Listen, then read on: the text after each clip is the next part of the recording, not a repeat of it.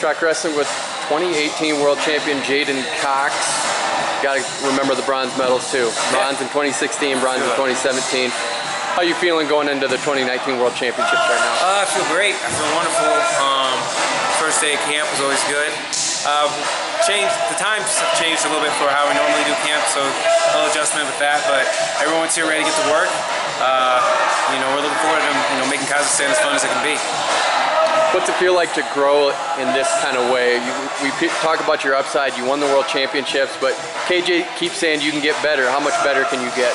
Oh, I think that the big thing is people winning a world title is one of my goals, but that's the thing, it's only one of my goals. So my thing for me was that I want to wrestle to the best of my ability, and I don't believe I've ever done that yet. And then I don't even know what that is, So for me to have that goal that isn't, I don't know, that always keeps you chasing, keeps you fighting for something, I enjoy that. So I think it's funny because a lot of people always, after I won a world title, they were all like, you got a target on your back. But it's like the fact that you think that I've accomplished what I've set in my mind and heart to do, then that's a flaw on you. Like I haven't.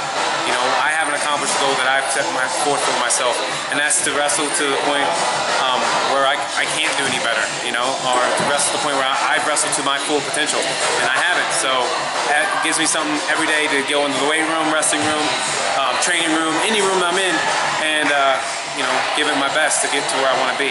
What goals do you have beyond competition?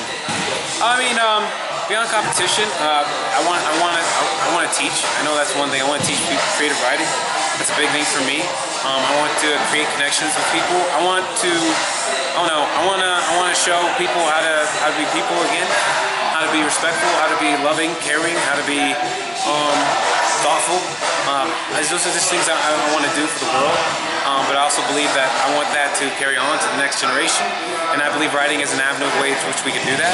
I think that's very important. It allows people to have a place not only to express their emotions and be heard, but also it allows you to figure out what you actually think and use your own mind, your own thought process. And I think that that's something that the reason why we kind of have some things happening in the world that we have today is so many people jump on something because their friend did, or they did this, or they think this, or they said that.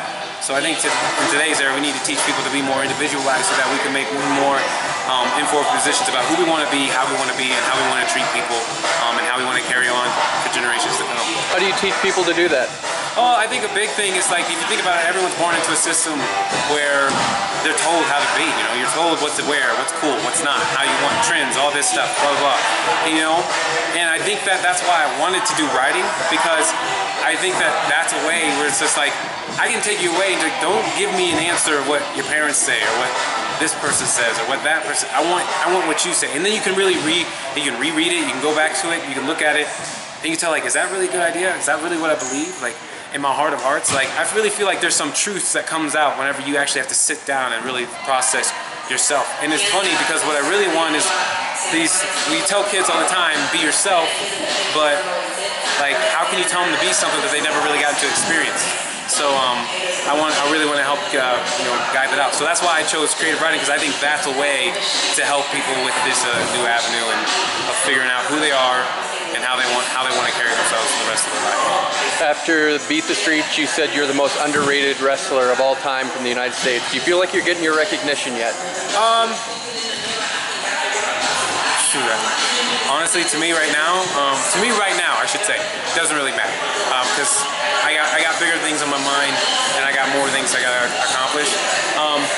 But I think for me, if I accomplish the goals that I have set and I also stay focused on what I need to do, as long as I put the accolades up there and keep winning gold medals, then they can't go for long. Is this process fun for you, getting ready for competition, going to world championships? Is this fun? It's really fun. It's fun. It's fun having the guys out here.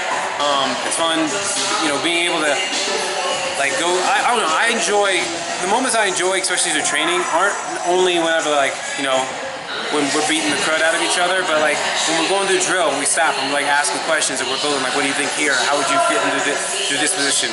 Those are the moments I really enjoy. That's that's that unity that I really enjoy experiencing and feeling. And don't get me wrong, we're gonna rip each other's faces off and everything, but we rip each other's faces off so that someone else doesn't. So I mean, it's an awesome feeling to get to be here, and to be able to experience this for the years that I've had has been amazing, and I look forward to doing it many more times.